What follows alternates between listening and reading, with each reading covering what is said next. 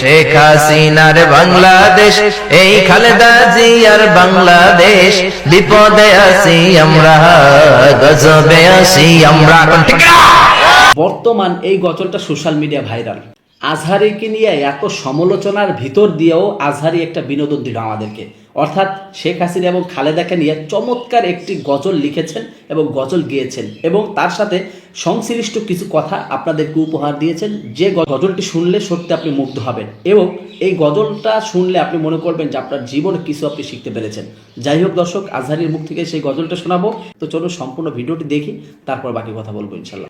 শেখ হাসিনার বাংলাদেশ, এই খালেদা জিয়ার বাংলাদেশ, বিপদে আছি আমরা, গজবে আছি আমরা। আমরা মুসলমানেরা শান্তি চাই, জয় কোন কি চাই?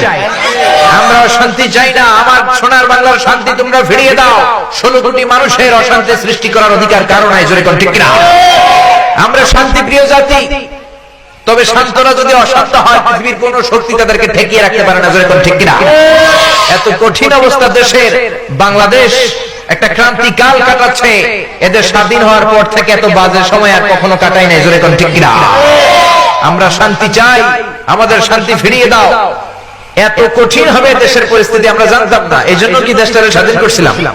44 বছর হয়ে গেল, কিন্তু আমরা শান্তির মুখ দেখলাম না। 2 মা ছোট বাচ্চাকে মতো আবদার ধরছে, চেয়ার দাও চেয়ার দাও, কোন ঠিক না? ছোট বাচ্চাদের মতো আবদার করলে চলবে না। যাই হোক দর্শক মণ্ডলী, আজহারির মুখ থেকে গজলের কড়িটা শুনতে পারলেন এবং গুরুত্বপূর্ণ কিছু বিষয় নিয়ে কথা বলেছে সেটাও শুনতে পারলেন।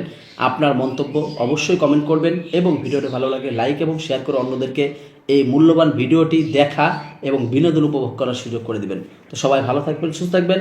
আসসালামু আলাইকুম ওয়া রাহমাতুল্লাহি ওয়া বারাকাতুহু।